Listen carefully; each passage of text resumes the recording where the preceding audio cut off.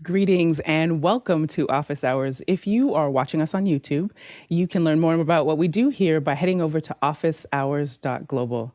Our first hour is where we answer questions on media and virtual events. Our second hour is something that we want to spend a little bit more time on. And today we'll be talking about mental health. This will be your mental health check-in.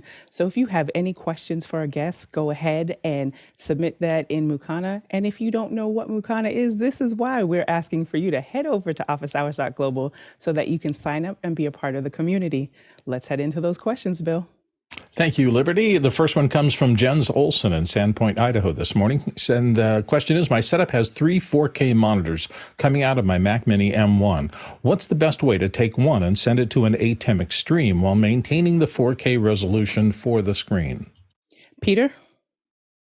Well, the only thing I could think of, so I've tried something like this before, is that you have to have a 4K splitter between the M1 and the monitor, and then take the second leg of that splitter and then send it through the high-end decimator to scale it down to 1K, because the ATEM will only accept 1080p inputs. Go ahead, Alex.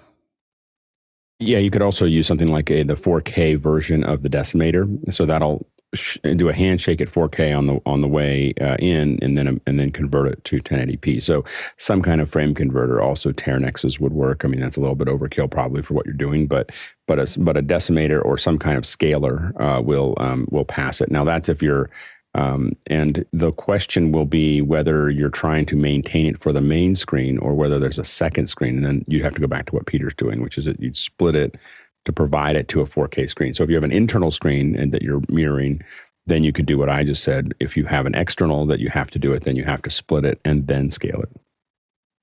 Next question. Jens Olson also has our second highest rated question this morning, and that is, how does OBS run on M1 Mac Minis? Go ahead, John.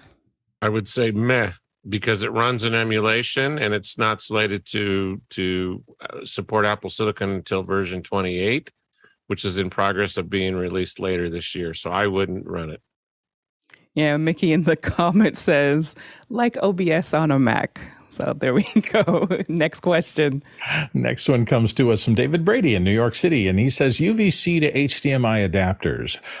Been seeing some rumblings of TAO and Osbot UVC to HDMI adapters. I'm wondering if the panel has any experience with them, and he's looking to breathe life into the Mevo and maybe the DJI Pocket or other inexpensive UVC cams to the ATEM. Go ahead, Alex. I have been circling the Osbot UVC to HDMI and just haven't pulled the trigger yet. It's about $170, and I kind of felt like, well, I don't know, maybe I should just get a camera. But I do think that, to your point, that having one of those adapters around to go down not down but up from the UVC to HDMI might make sense. Let's hear what Guy has to say. Yeah, I haven't had a chance to play with one yet, but if you're in that ballpark, I just grabbed one of these yesterday. It's behind me, the ATEM Zato Connect. It's actually a switcher as well, so it'll switch HDMI and UVC sources, so you could have two, and then it's an encoder as well, and it's not too much more. So for $170, you can get the TAO or the Osbot, and then for $299, you can get a Zato, which is an encoder and a 5-inch monitor, so maybe a better value. But remember, when you're switching over to UVC, you're going to be smashing that color down. So if you're using like the Mevo, because it has cool PTZ or AI face tracking, that's a pretty good use case to convert it over. But otherwise, there might be money better spent on a proper device that does that and leaves you in a good HDMI color space rather than smashing it down to UVC. Thanks, Guy. Next question. Matt Cooley in Montreal, Canada is up next. I have 2 Panasonic AW HE120 pan-tilt zoom cameras that are needing replacement. Is the movement and image quality of the 150s worth the price, or should I be looking at other manufacturers? Go ahead, Alex. I think the 150 actually, I know a couple people that have been using them in studios, and they're very happy with them. They pass telemetry data in and out of Unreal Engine, which gives them that's a pretty powerful tool. So beyond any kind of movement or any other things is the greater interoperability. A bunch of us have circled also the Canon CRN500. Haven't got it in the lab yet. Don't know what it looks like, but a 1-inch sensor on a $5,300 PTZ is something a lot of us are pretty interested in. Form factor looks great. So you may want to take at least that into account before you spend more money on and see if it solves the problem. It will have a better image quality. I mean, just on paper and knowing Canon, it will look better than the 120. I just don't know. The 150, I would say, is really like you're really deciding you want to use some of the more advanced features, in my opinion. Go ahead, Guy. Yeah, there's a couple of manufacturers I'd be looking at. And again, this is where going to like an NAB or going to one of the trade shows that have all these set up side by side so you can really look at them, because there's more to it than the image quality. There's the zoom, there's the actual robotics, so the motors inside, and then the software. So the software is a big deal because there's a lot of these Chinese companies that send stuff over and you don't get the power. Like the ultimate is the Panasonics. The UE150 has just a crazy amount of depth to be able to control things like the deceleration and the ramping and the velocity at which it stops and which it starts. So you get these takeoffs that are nice and smooth. And the UE150, the quality is like, I mean, it's amazing. When you look at the size of that thing compared to like a BirdDog P200, it's massive. Like it's twice the size. So physically, when you look at it, you're like, wow, that's a lot of camera. And then you also want to be looking at how you want to use it, because some of these, the output, like the UE150, it can't output SRT and NDI at the same time. So there's little things that are gotchas where you look at the specs on paper and you're like, oh yeah, I could do all these things at the same time. All the outputs aren't live on some of them. So if you want to do HDMI, SDI, and USB all live, just make sure that it actually will do those things. The other manufacturers I'd be looking at are also JVC, Bolin, BirdDog. Sony's 4K models are a little long in the tooth right now. I don't think I'd look at them. Greg Gibson's another person to talk to. He's on this same boat right now. He just tried out the Sony 4K models, and he came to the conclusion that we did as well, that they're just getting a little bit old. And then the cameras that you're replacing are already a decade old. So the technology has come a long way. So I'd be, again, looking at BirdDog, Panasonic UE150, and JVC. But at 10 grand, you can't even find a UE150. Even if you wanted one, you're not going to get one for 3 months. They're heavily backordered. Thanks, Guy. Next question. Next question comes from Andy Kokendorfer in Viera, Florida. And he says, I have an older Sennheiser EW100 wireless mic kit. Can these still be used, or are they e-waste? Go ahead, Bill. Well, there's a couple of things you have to deal with. Number one, the bands that they're in, because the problems with most wireless mic systems is interference with other mic systems trying to use the same thing. So if you're using these in a crowded convention center kind of thing, the older frequencies often get really crowded. Now, if you go way back, they were all on VHF. They moved to almost all UHF, but they sold off part of the spectrum. So that's why some wireless mic frequencies are actually illegal to use if you're in urban areas. Now, if you're out at a Boy Scout jamboree in the middle of nowhere, you're not going to interfere with anybody. So they will still function all right. But that's the problem, is paying attention to the frequencies you're on and making sure you don't interfere with anybody else, because if you do so, you could get a citation theoretically. Go ahead, Alex. Yeah, and the theoretical is a big word there, because it's probably chances of getting cited are pretty low. And if you're not in a city environment, if you're really in a dense city environment and you have nosy folks, that you could potentially have somebody complaining about it, but the chances are very low. The real issue is that those frequencies were sold to somebody else who are now using them, and they will step on your show. So it's I would worry less about being cited and more about the fact that the frequencies aren't protected for that anymore, and that other frequencies you have a very much higher probability of having things affecting your wireless than for you to get cited, and that to me is of course worse. so to have my actual signal being messed with by whatever it was sold to. So I would recommend probably looking. You have to look at the frequencies. There's a list of frequencies that were sold by the FCC, and you just need to look at those and make sure that your frequency range inside of that 100 doesn't sit there. Thank you for that. I didn't realize that's what happened. I just remember when it was like, okay, they're just moving on. But that insight. It was I'm just to say one thing about that. Some of us are a little bit raw about it. It was a huge transfer of wealth from people, everybody who owned those transmitters, to the telecommunications industry. Like literally, we just, and to the FCC. They just basically stole our frequencies, invalidated tens of millions of dollars of hardware so that they could, have more cell phones. You know, like 5G or whatever. I mean, Right. it really is. It was a real theft. Next question. Next question comes from Chris Widener in Lafayette, Indiana. And Chris says, if you were trying to protect a remote pan tilt zoom from mud or debris from a demolition derby, what would you suggest? I love the questions we get here. Go ahead, Alex. Hartford Insurance. That's what I suggest. So first of all, make sure that whatever hardware you're putting out there is going to be protected by insurance, because there's a high probability that you may lose it.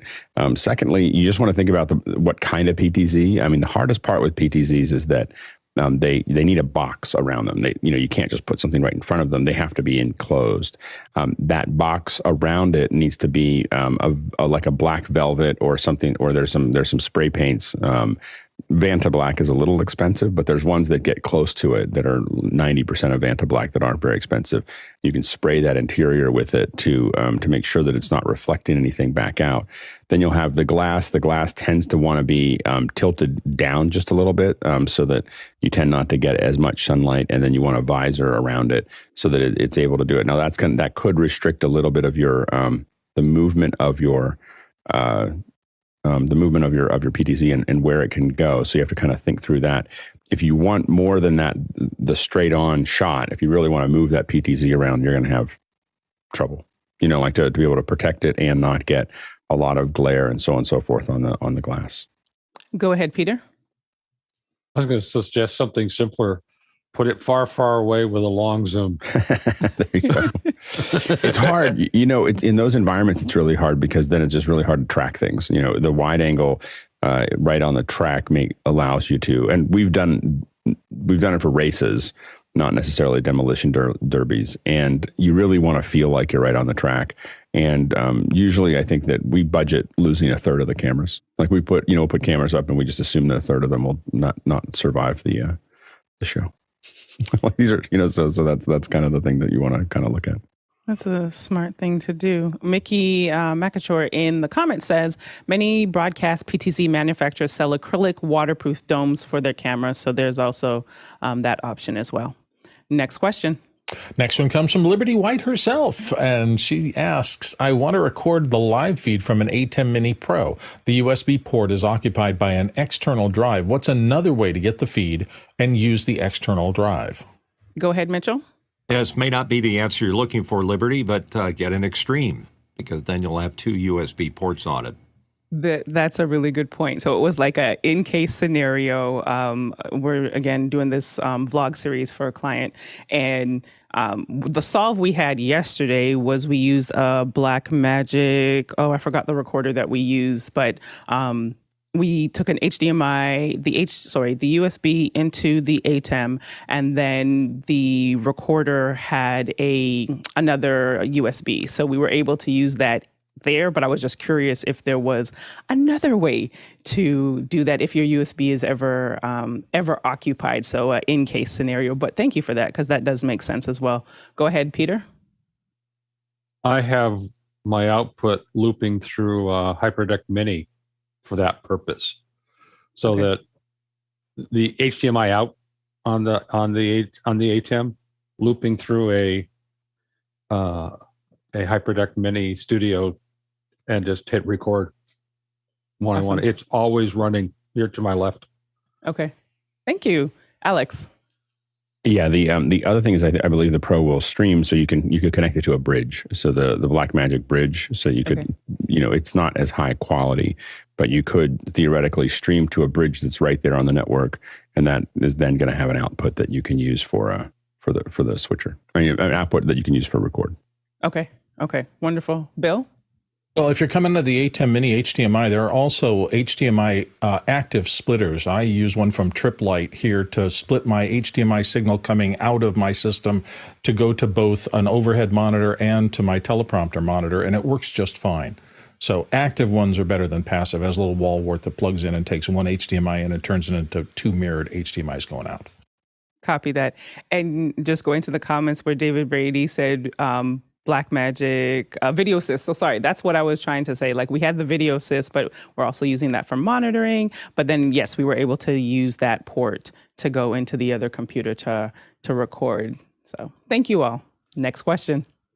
Next question comes to us from Tony Mobley in Noonan, Georgia. Liberty White, how many different setups do you have to participate in office hours? Everybody's jealous. U.S., Canada, studio, home. Where are you coming from?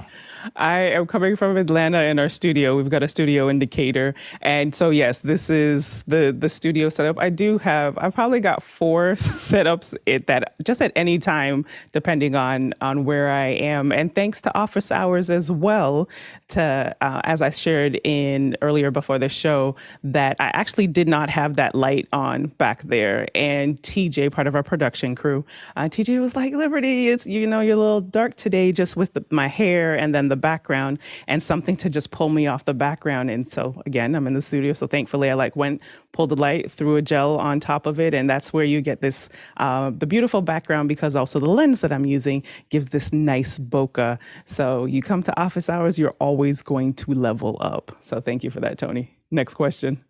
Josh Kaufman's up next from Pittsburgh, Pennsylvania. The Moza Slypod is a fresh take on a camera slider built into a monopod. Compound movements possible when paired with a MOZA Gimbal. Eliminates some slider limitations, but does it introduce any disadvantages? And he's got a link there so people can look it up. Go ahead, Alex. And the Slypod looks like it's about $540. So what it does is it's actually a pretty cool little setup here. It has it looks like a monopod almost, but you can put it on a tripod, and you can push a button and program it to push out. So it'll actually do a little push, on its own. So instead of having it on a slider, it looks like it would be much faster to set up for these kinds of things.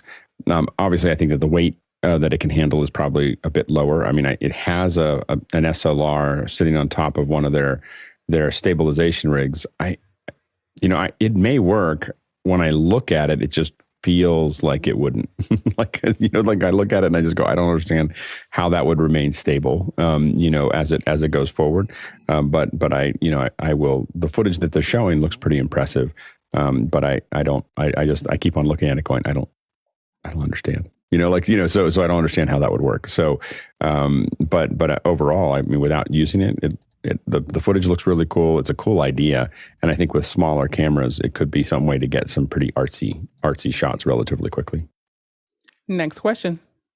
Next one comes to us from Douglas Carmichael. In PR materials for large-scale IT facilities, one point of comparison is the ability to process and or store X hours of HD or 4K video, or Y number of streams, even if video is not its function. Why could that be? And what factors fall into those numbers? Great question. Peter? Well, one has to remember that historically data centers were designed, pre-storing video, everything was relatively short blocks of data, and 2 and 4K individual blocks of data, and how fast the storage media could write them. So now you're into the position that says, how much storage media you have, how fast can you concurrently write to that storage media, and how many concurrent streams. And that's a function of the storage media devices themselves and the network attachments for those devices. We can see a small version of that today for those of us who've made the mistake to hook up a T7 versus a T5 to our ATEM. That's the same problem. It is, in fact, the devices are not able to handle the speed of the stream at speed. So that's what the large data center is doing today. And binary large objects, which is what video is not new anymore, but it really is a case of you have to design the data center infrastructure to handle how much data you're going to pass through it. And video is a use case. Now, we did one for Pixar 15 years ago when I was still with IBM that was actually handling 8K video. So, but could only handle 100 streams with the technology at the time. Go ahead, Bill. And of course, Peter's talking about the process of sending your footage up into the cloud. The data center needs to store it. These days, there's more and more emphasis on being able to draw your video down from the cloud. More and more people want to work on remote pools of storage and have multiple editors touch that. And that gets, I think, to be even more concurrently complex as more people hit it trying to get simultaneous reads. There are techniques that they're starting to use now to stream larger data sets to multiple people, but it's still in its infancy, and it's really hard.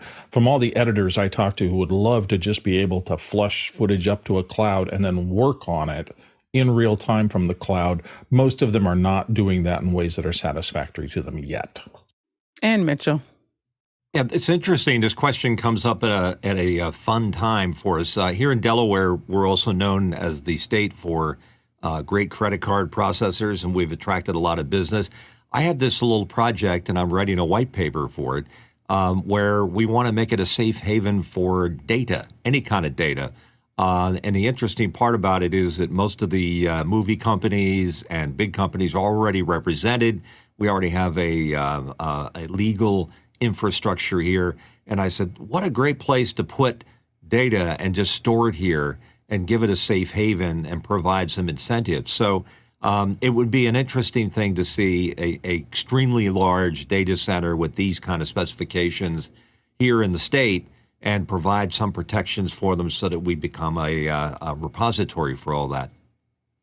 And Bill. Oh, sorry. And Peter. Well, just to go on to what Mitchell was saying, the biggest thing in terms of being able to access that data is there's two things to it. One is cataloging what you have, keeping catalog. So I'm thinking of stuff we built that was built in for like ABC Studios, so they could go back and at a fairly quick pace find clips about anything, particularly in sporting events for past history of things like NFL films kind of stuff. But also, to Mitch's point, access control is becoming a bigger and bigger deal. If you have a consolidated point of storage of that data, making sure you have the proper access controls so that I'll take it to the extreme. Disney or ABC can't access CBS's data and vice versa.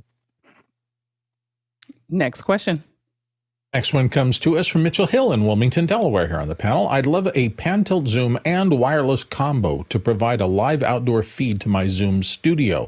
Needs to cover 2 floors. What do you think? Go ahead, Mitchell. I've got this really cool area. It's outside, right outside my condo, across the river, as a tree area. And we have an ongoing procession of all kinds of wildlife. Some of the big birds like to nest in the tree, everything from a bald eagle to ospreys to egrets and blue herons and other kinds of creatures. So I'm thinking, wouldn't it be cool to put a PTZ camera focused on this area, because down below, foxes, Bambis, moms and dads. So I just thought, and it looks wooded, so it looks like it would be quite the wildlife thing. The question is, can I put it outside on my balcony, and can I get the signal back up here to my Zoom room in order to make it? So I'm thinking, what camera and what wireless system would be good for that? Right. Alex?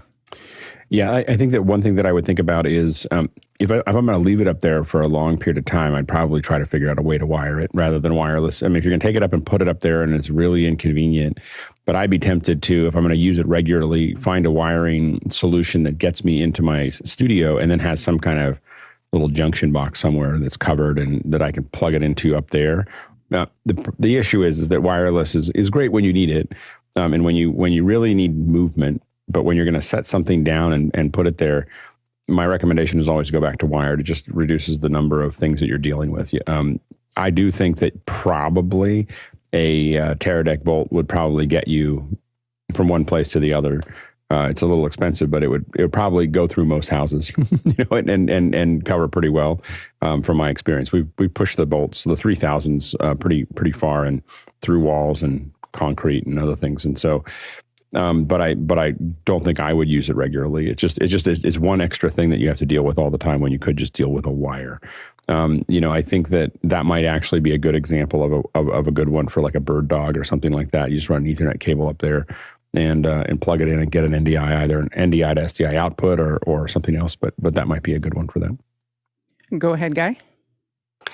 We have a friend that does a lot of birding photography. His name's Christian Zassi, and he has a remote cabin. And out in the winter months, he puts up this PTZ that is a security camera model, but it's a kind of a higher end one. So it's a PTZ with a 40X with an outdoor enclosure. So he's able to leave it up in the winter and remotely control it from Vancouver. The latency is long because it's doing an RTSP or RTMP stream. So if you don't care about latency, but you want really good optics, I'll put a link in the chat to the model he sent. I asked him what it was, and he sent it to me. But and I'll put up a link to his YouTube channel. He's gotten some crazy shots from across the lake with the 40X, and the low light's pretty amazing too on this camera. But yeah, you want to be thinking about just weather, and then of course you're going to have to hardwire it to some kind of internet unless you want to put some kind of cellular on it. Next question. Craig McFarlane up next from Boston, Massachusetts. At the Track and Field World Championships, the motorized camera caught some exceptional shots. Is the camera operator manually managing the speed, or is it automated? And he's got a link there. Some amazing shots. Go ahead, Alex. Yeah, these tracking cameras are pretty amazing. And I actually don't know whether it's human operated, automated, or a bit of both. The reality is that the variance of a track and field sprint is probably pretty low, in the sense that the amount you could set something to probably go at a certain speed, and it would probably be pretty close to where it needed to be to do the shot. And then the operator could theoretically just add or subtract a little bit from the automated version of what it needs to do. So you could have someone with a joystick that just has, or some kind of wheel that just slows it down or speeds it up a little bit, but it knows where it wants to go. And I think that there could be a position where it's kind of going at a certain speed, and the operator is slowing it down or speeding it up rather than having to try to keep track of it. The other side of that is from the side, it actually on a track. You could theoretically, it's the hard part is figuring out, and we don't see it happen very often. So I'm wondering whether that's the case. The hard part is really at the very beginning, which is where they don't use that camera typically to get off the track and accelerate to the speed that the sprinters are going. But my guess, if I had to put money down on it, I'd guess that it's all hand operated. If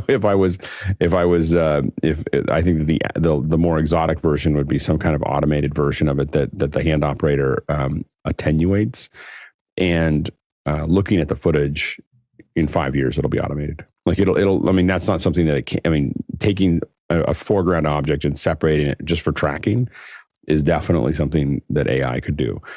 So I think within 5 years, that'll be an automated procedure. There'll still be an operator. Probably won't change the number of people working on it, but the camera will just do what it needs to do. Very neat. Yeah, those shots are amazing. Go ahead, Bill.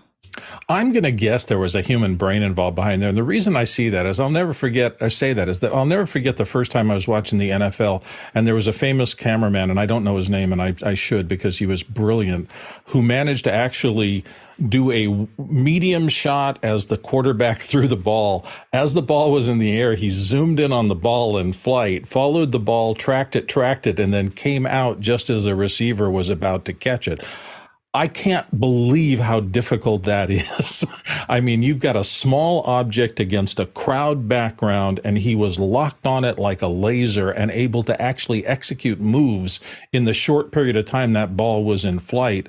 That takes an extraordinary brain, and those camera operators, I think, are just geniuses. So whoever is, if it is at a joystick and they're manipulating the shot to get as much perfection as I just saw in those track and field shots, I think there's got to be a brain there because they're just beautiful and they're perfectly framed. Yes. Alex? And to be clear, that I think that the reason that it might be a machine is because the move is so simple, and all it's really dealing with is speed. You would definitely have a second camera operator managing pan and tilt. So the thing would be trucking, and the other camera, someone would be managing it. If you look at actually the wide shot of what was posted here, you'll see a spider cam running across the top of it, doing roughly the same move. That is definitely two people. So the spider cam is one person's managing the position of the spider cam, and the other person is managing the pan and tilt. And watching, to Bill's point, watching those two operators work, I sat next to some spider operators for a football game. And they call out plays, like they call, okay, we're going to do this, and they do the thing where they go around the person, but they both have to coordinate what they're doing in kind of it's a dance, as they make those incredible moves that they make there. Another thing, by the way, that they probably could be doing is something that's similar to what Mark Roberts does with some of their camera control systems, which is that if you have one camera pointed at an object in a scene and you've got that tracked, any other camera can triangulate its position and follow it. So what Mark Roberts does with some of their camera tracking for sports is you can have a master camera that is looking at following a runner or a receiver. There could be 3 or 4 other cameras that will just follow whatever that camera is following from a different angle automatically. They're just a motion control. They have tracked where the geometry of the fields are relatively easy because they're just a single plane. So they just need the XY of that. And so all of them are tracked on it. That way, that's how you get a whole bunch of different angles of the same person that all track together, is because that's there. And so what you could do theoretically is you could have the runners running down the field. You could have a tracking system. You could literally have a person with another camera pointed at the person running, and the tracking system would keep it knows where it is on the plane, and the tracking system could theoretically just keep going. So because the angle of where the tracking system is hard to follow that runner. It's much easier if you're up and high and wide, and you can be pointed in and just you're following that person, but your position of the camera on that plane would be driving the speed of the tracking camera, that might be an easier way to make that calculation. Awesome. Next question. I felt like I was in a math class there. The next one comes from Gordon Lake in Los Angeles, California. And Gordon says, what's the best path for Blackmagic cameras into the ATEM Constellation HD switchers when the system includes a Videohub, HyperDecks for ISOs, and the need for camera control? Go ahead, Alex. So generally, I pass everything into the hub. So I get a 40 by 40 hub. The Constellation is a little harder because you literally don't have a hub that can properly serve it and do everything else it needs to do. So it's a little bit harder, but a lot of times what I'll do is I'll take my main camera systems, the main cameras, and pass them in to the Constellation, maybe the first 20 inputs or the first 12 inputs or whatever. Goes into the router and then out of the router into the switcher. At that point, I pull my HyperDecks. The ones that are going to take ISOs, I pull them straight out of the hub so that they're just not in the mixer. They're pulling from the hub there. Now, a couple of those are going to get now, and typically what I do is with a Blackmagic switcher is I route its outputs. And again, this breaks a little bit with the Constellation because there's so many inputs and outputs. But typically with a switcher, I'll pull a bunch of those outputs and put them back into the router again. And the reason I do that is so that I have this. They're there, and I can keep on routing things out to other things without dealing with the switcher. The switcher is more volatile than the router, so it means that you avoid errant switching or changing of those inputs as quickly and easily. Usually it's a little bit different now because the switcher now has the video router interface API. And because it's so big, you could theoretically do a lot of this without the router. It's just that by habit, we've always done it that way so that we had a kind of a clean place for that router to go without having anything going through the switcher itself. The switcher going out into the router and then out to the cameras is fine. The router will pass the camera control information without any problem. And Peter. Just a point of clarification, Alex, really is in this case, he's using the Constellation HD switchers. That's that new family that's announced. They're not quite as big. So do the same rules apply? Oh, got it. No. Yeah, I was thinking of the big Constellation. So the smaller Constellations, then you definitely do what I'm talking about, which is I would take all my inputs, go into the router, go out of the router into the switcher, and then I would bring the switcher's outputs back into the router. Now you have everything that whole environment, and then my HyperDecks would all be connected to the to the router. That way you can kind of reroute and route as necessary. Thanks. Next question.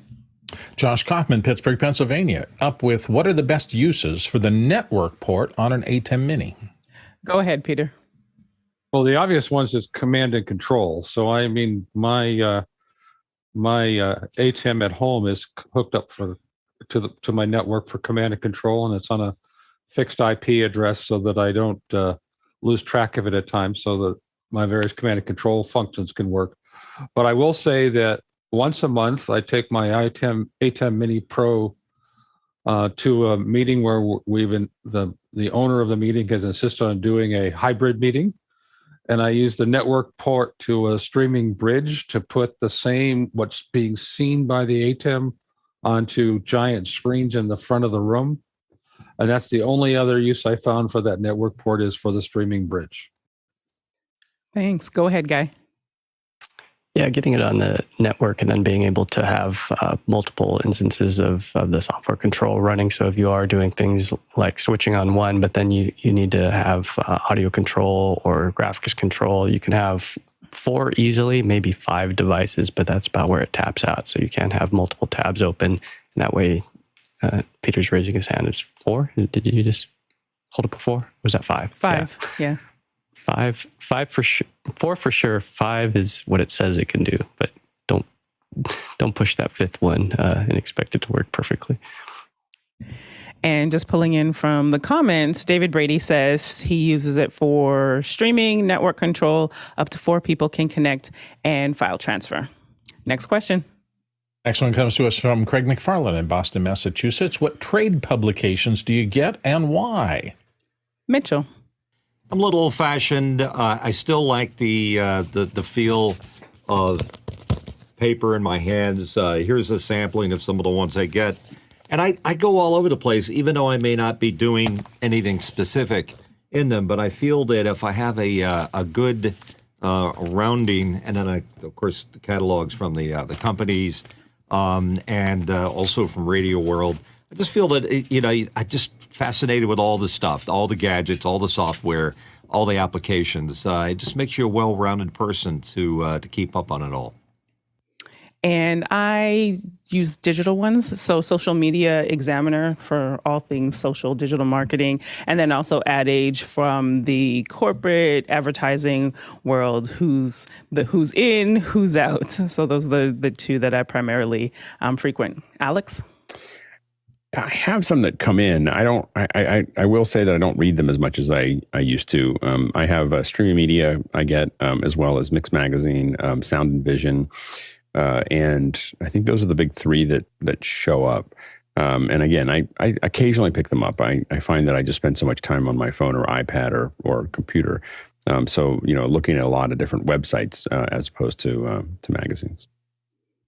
Bill? Confession time, and it's a sad one because I used to write for Videomaker magazine. I spent about 10 years as a contributing editor there, but I'm down to 0. And part of the reason is because Apple rolled their News Plus subscription into their single fee system. So I had 3 services, and they sent me a note that said, for the same amount, you can get everything, because that's our generic subscription. The news service has hundreds of magazines, but because I have so many available at a click, I tend not to look at them too much. I'm going to have to change that because I miss sitting back with a magazine in my iPad and just enjoying it. And Peter? I don't know if I'd really call it a trade magazine, but I get a bunch of journals through the IEEE, was Institute of Electronic and Electrical Engineers, which is standard stuff, research papers, all sorts of things that talk about better ways. And yes, things like networking and stuff shows up there. Video shows up in those articles as well. So it's not really trade in the sense of some of the magazines you're talking about, but it's I'll say it's the hardcore engineering and math that goes behind that stuff. And I wanted to come back and then also Kids Screen for kids content. Like that one is fantastic if you're into broadcast film for kids content. And Bill, you actually raised a really good thought of with all these publications or networks that are putting content out, and there's so many niche is essentially the same thing as trade industry. So I'm just curious as to how long they'll survive, if that makes sense. The paper magazines, I'll tell you, the biggest challenge to me was that I would write an article and I would submit it, and it was about 4 months before I'd see it on the newsstands. And in this day and age, things change so fast that can be an age. You can literally write something and have a change in policy with a company and it won't be accurate and it still hasn't hit the streets. So the digital versions of them can be more responsive to marketplace changes. And I think that's why we're seeing less and less paper magazines. They're getting smaller and smaller and thinner too. I watched Videomaker go from pretty robust to pretty thin over the course of my tenure there. Right. Alex? Yeah, and I think that the magazine industry in general is a great cautionary tale of hanging on to something that you have and not continuing to invest in new things. A lot of us spoke in front of conferences with lots of magazine manufacturers a solid 20 years ago, and telling them that you have this huge following, leverage that following to an online audience so that you before you lose them, before they stop coming. And they just thought, well, they were. This is back when they had millions or hundreds of thousands of subscribers, and they were very uninterested in trying to expend, basically invest in something they just didn't understand why it would be important. And so I think that we can take a lesson from that, because it was pretty catastrophic for most of them. Yeah, you make a great point there, because even that's what got me to Atlanta was the company that I was working for rolling out. They had print publications in 19 different markets, but then this is 2007, 2006 that they brought me on for the website part and that content, and they were able to see that shift. I don't even know if they're printing anymore. So just so this is a good plug for Metaverse. So if you want to see some Metaverse episodes coming up, please let me know in second hours. Alex? And even just, this is a good example of events versus virtual events of, they should be events that have large numbers of people showing up, should be figuring out really aggressively how to leverage that into an online audience, whether it's the metaverse or just virtual rooms or whatever that is. Right. The time to experiment with it is now, when you still have cash flow, so not when everything's gone, and you're trying to figure out how to get the money for the next thing. But there's the more we talk about it, the more we see it, and the more we see the challenges that are coming up in front of us between, recession and COVID and travel costs and everything else. It's ominous, for events, and so for physical events, and there's just this massive growth opportunity that can be used, but all of those mailing lists and all of those connections with vendors and everything else, those are all those are not evergreen. Those are fluid resources, and if you don't use them well and don't leverage them into the next thing, they'll go away. And Mitchell. Yeah, I like Alex's term cautionary tale, because that's exactly what it is. I have a dear friend that owns a major magazine here in the state and a bunch of others out of state. And I've been telling him for years, maybe the last 20 years, that the digital media is where to go. And the thing of it is it's easier if you just start now, even if you're not really super good at it, and just learn as you go. And then you'll start adding people, adding capabilities. But there's a reluctance to give up what's worked in the past. And that's hard. It's hard on me when I look back and I see where they could be today. Luckily, they continue to be relevant, but that's not going to last forever. It's just going to stop. That's it. Next question. Douglas Carmine. Oh, no, I'm sorry. Tony Mobley's up next from Noonan, Georgia. He says, I have an iPad Pro connected to my ATEM Mini Pro. The iPad is connected to AirPlay. The multi-view is streaming YouTube. Office hours is the way it is. Office hours, is that the way it's supposed to work? He's trying to learn new things here. Go ahead, Alex. Tony, can you describe a little bit about what you're trying to do? I didn't totally follow it from the question.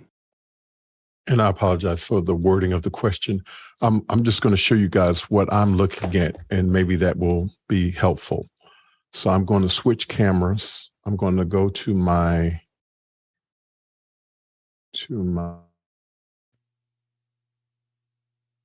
And you muted yourself, Tony. Okay. Okay, let's go to, okay. So that's the teleprompter. This is the iPad. And this And what do you want to is do with the- that? And what do you want to do with that with the iPad? What use does it serve? Okay, so the iPad, I'm always watching office hours on the iPad. That's what I do with it. That's the only function of it, is to show that office hour. I'm able to see what's going on with office hours. Right. And so it is doing this AirPlay connection, and I did not initiate it. It wasn't what I was trying to do. Lost your video there, Tony. I'm not sure what happened there. I think you may have a Stream Deck button out of control. Might have been moving moving around. Lost Tony. Oh, there we go. Okay. Okay. So Well, I don't know what you need AirPlay for, I guess, is if you're just looking at it on the are you trying to watch it somewhere else? I'm not trying to watch it anywhere else. It's happening, and I don't understand why. Okay. It just started It just started doing this, and I wasn't initially trying to do this. Mm-hmm. I was just content with having the multi-view out, showing all of the different inputs on the ATEM. And then it started doing this AirPlay connection with the iPad. And I was just perfectly content to just watch YouTube, just to kind of see where we are. What's AirPlaying to the iPad or from the iPad? It seems to be AirPlaying to the multi-view on the ATEM. I don't know if that's possible. Like, is the iPad connected via HDMI to the ATEM? Yes. Well, that's probably what's happening then. So it's not. I don't think it's AirPlaying. It's just going through the HDMI. So if you don't want it to show up on the ATEM, just unplug it. but I think that it's outputting that because it thinks it's, I don't think it's AirPlaying. I think it's just going out of the iPad into the ATEM. David Brady says, I think the AirPlay icon is generally used when any outbound video is detected, if that's helpful. Yeah. Okay. All right. Thank you, guys. I was just a little bit confused of why it was happening, and I didn't really have control of it. It was just seeming like all of a sudden it just started doing it this way. Yeah. Makes sense. Go ahead, Bill. Well, I had a similar thing, Tony, so you're not alone. I had AirPlay try to take over. Anytime I walked any of my devices, my phone or anything through the living room, I would get the AirPlay symbol on my TV, which was being handled by an Apple TV. I think it's actively looking for AirPlay possible connections. And so sometimes you have to say no to them and or go in and turn off AirPlay if you don't want that auto detect trying to reach in and connect things. Wonderful. Thank you so much, Bill. Next question. James Douglas Carmichael's up next. Many electronic musicians utilize end-of-chain mastering processors like the Elektron Analog Heat MkII. Would an FS-HDR on the program output before the encoder and or transmitter be the equivalent for video? I know radio uses transmission processing. Go ahead, Alex. Yeah, the FS-HDR, FS2, those are things that definitely do that's what we're using ours for a variety of different things. But it definitely does a last process where it has proc amps built into it so that you can make a lot of corrections. There is a more advanced color correction inside of the HDR than the FS2, but you can definitely do fine adjustments to it. I will admit we don't use it that much. We try to do the video and have it set up in the pipeline so that it works well on its own. But in a pinch, whether we need a little scaling or we need a little bit of color change, but it's usually considered a last resort to do color correction. Although we're going to be doing more advanced stuff within office hours as we move to HDR, we will be using that to do some transforms. And Mitchell. Yeah, I agree with Alex. And generally on anything, it's the last ditch effort, whether it's limiting or color correction, things like that. You just want to be very subtle because you've pretty much made a decision that it's going to sound like a certain way or it's going to look like a certain way well before you get to the last thing in the chain, before it goes out to air. And by the way, don't forget, Alex, I'm reserving the back left channel on 5.1. Next question. We've been decided. We now have 5.1. We can say it. We didn't know if we could say it yesterday or Friday. So office hours right now has been we're one of a couple channels that has 5.1 for YouTube, and so you'll see us starting to experiment with it. Right now, it might be a little odd as we play with it, but as we move forward, you're going to see us doing a lot of experimentation in 5.1. And we're just letting you know, we're going to go all over the place. We're going to have a good time with it. You know, the reason we want it is so that we can experiment with how to use the 5.1 space. So we're working on getting our pipeline kind of up to speed and making it work. But you'll see us start to play with it. One of the things that we were talking about is having Mitchell and I each have our own surround channel, so that I can, while Mitchell's talking, you know, I can go into the right surround and go, Mitchell is crazy. No, I'm over here, Alex. Yeah, exactly. So you have these like, you know, so we I don't think we'll do that in a main show, but we may do it on the weekend. Yeah. So anyway, so we might have some fun with This is like giving people fonts in the 80s. Yeah, exactly. That's it. Exactly. Big old sandbox here. Next question. Next question comes from Tony Mobley again in Noonan, Georgia. If we have time today, can we talk about the Apple TV uses for houses of worship and educational uses as schools are going back next week in Georgia? Yes, they are. Some this week too. Go ahead, Alex. Well, there's a couple different uses for Apple TVs. One of the main uses we use a lot of these Apple TVs for is to get it into some other system, so that we can use AirPlay from any phone, not any phone, but any Apple phone, any iPad. A lot of teachers that I know that are using Apple TVs, they have the Apple TV. They have their kit that rolls in that they use, and a lot of them.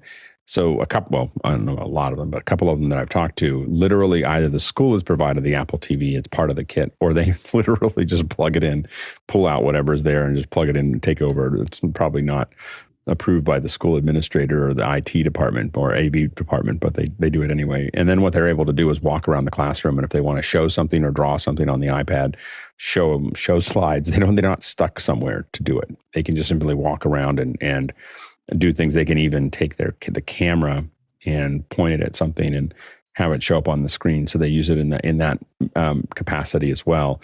And so I think that those are some of the things they can do. As far as house of worship, again, it's a relatively easy way to, if you want to present something relatively low-key. I haven't seen Apple TVs used in house of worship in the same level, other than for announcements or other things like that. So, but education, we've definitely seen people use more and more of these of Apple TVs to project something somewhere. So that's something to take a look at. It is going to be really interesting to see what happens in school. If we thought school was challenging, I mean, I'm talking to a lot of educators right now, and if we thought school was challenging the last couple of years, there are districts with well over 500 vacancies, for the teachers, and it's a lot of districts, not one district here or there. And so I think that, we're going to continue to look at probably how to scale the classroom, because I don't know how they're going to otherwise adjust. So definitely this is a space to watch closely. And Mitchell. The other thing that's kind of convenient is just about everybody has an Apple TV floating around, some that aren't being used. I've got like 2 of them floating around here. And once you put things on it, like the Sienna monitor, you can get your NDI into the system, and then it's all go from there. So it wouldn't be hard to do a solicitation to other members in the household that, hey, give up that one that's sitting on the shelf to the school, because they could put it to some use somehow. Awesome. Next question. This comes from John Foltz in Selinsgrove, Pennsylvania, and he says, when setting up an ATEM Constellation and some legacy NDI gear, I tried the Kiloview Encode Decode. Bummer. Doesn't support older NDI formats, only full frame. Comments or help with that? Go ahead, Guy. Yeah, this might be one where we could jump into after hours. I was looking at some of the NDI training in the performance networking course, and there's a graph here that talks about NDI 5 and the transmission format. So you can see that if it's an older legacy like NDI 1 or 2, it might be a single TCP. So we might have to do a hop to figure out, there's some tools that you can use to see what's going on and analyze what's transmitting and see if it's single TCP. It might be one of these where you have to use Access Manager or something to be able to get it to see it correctly. So, but yeah, it might be one just for after hours to see what's going on. But if it's a legacy format, it might just be flipping a switch somewhere because it's not using reliable UDP or multi-TCP. Next question. Chris Widener in Lafayette, Indiana is up next with this. Our nonprofit has done a 3-day conference usually, but there have been discussions about cutting the training and just turning it into a 1-day social event. Can you give me any examples of groups that have done this well? Go ahead, Alex. I haven't seen any group that normally had some training that they just cut all the training out and made it a social event. Generally they have some discussions. There's usually, once you've got a bunch of people together, you may want to actually talk about things. I think that one of the things that we have seen is, I think that what this points towards, which I think is accurate for the nonprofit, is people doing a lot of PowerPoint training of how to do things is really a horrible use of everybody's time. So I think that kind of raw training is probably something that people may be pushing back on, as like, let's not do that. But what you may find is that having open discussions like what we do here, and having Q&A, and bringing having a conference, so to speak, of everyone talking about the issues that they want to talk about, maybe a more useful area there, or talking about a couple new things and then taking questions, but finding ways to interact is really the way to turn that into something more interesting. I think that people still are, a nonprofit typically committed to something. So I think that it's, so I think it might be good to still have these discussions and figure out how you're going to build around those. And Nigel. Yeah, I've actually not seen them go from 3 days to 1 day of social. What I have seen is a lot of organizations, including us, going from a 3-day physical to training online. Well, I have to tell you, the big learning for us was that people cannot do 3 days, obviously, of training like we thought they could in a room online. And so what sorry, I seem to have a mute problem this morning. So what we found is that we are much more doing, an hour a day or 45 minutes a day over a number of days to try and get the communication, the training across. All right. Bill, real quick. What you're finding is that training is hard, and really good training is really hard. And really, it comes down to me are there mission critical messages that the organization has to hear in order to do their job effectively? We used to do a beer festival, and we had to train our people into liquor laws. This was a huge volunteer event, and in order to get compliance and get our liquor law, we had to do basic training so that we didn't have people make mistakes in it, pull our license, and us be unable to fund the charity. So if it's critical, you have to do training. There are ways to do it more efficiently, but it doesn't become an option to just cut out all the training in circumstances where there's a lot of liability on the line. Wonderful. A great first hour. Thank you all for your questions. We are now moving into our second hour, where this is our mental health check-in for all of us. And I invited Bobbi Jones of Tailor Made Wellness, who is a certified therapist, clinical therapist. I remember earlier this year when the ideas were being tossed out for our second hours, that mental health was one of them. And not only is she a clinical therapist, but she has a background in marketing and in the entertainment industry. And for our group of media professionals and virtual event professionals, she is acutely aware of the struggles and the challenges that many of us face. So Bobbi, welcome. Thank you so much for joining us today. Oh, well, thank you so much for having me. All right, so we're going to just dive into it. We'll chat for a little bit. First of all, if you can talk to us about even making that transition into clinical therapy. Okay. As you know, Liberty, I'm originally from Canada. I've lived in the Atlanta metro area now for about 21 years. Straight out of high school, going into college, first go round, psychology was my love, wanting to serve my community. I had these grandiose ideas about research and being published and, running a small private practice. And then life took me in a different direction and towards marketing and advertising, which was my bread and butter. business development, a very boutique agency serving nonprofits initially, and then, as you stated, the music and entertainment industry. And I love that world. It was very fast paced. It was exciting.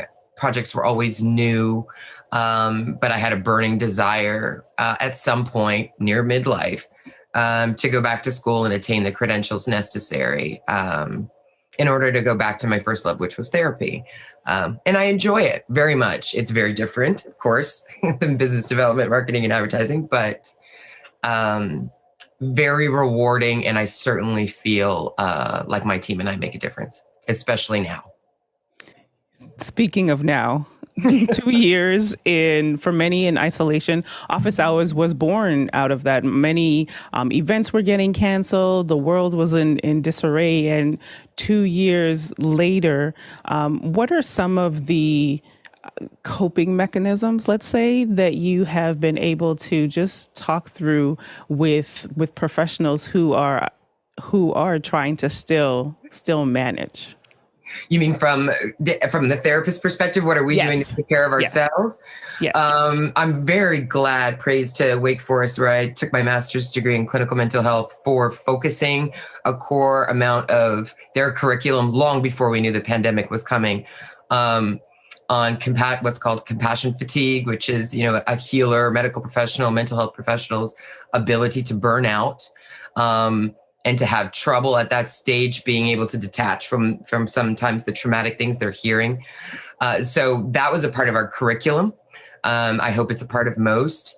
But some of the things I've learned on my own, actually, I've adopted from some of my clients as we try and teach them healthy ways to cope,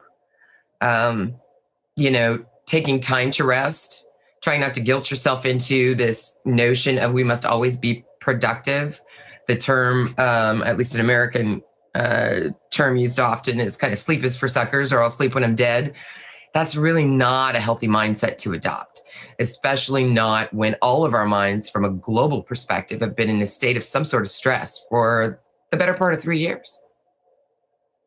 Yeah, and you speaking of burnout, because that's something that we've spoken about that in After Hours. I know that many of even my peers taking time to unplug, because we're the ones, really, those watching, we're the ones that are producing the content, and we're the ones capturing and figuring out and making sure networks stay up.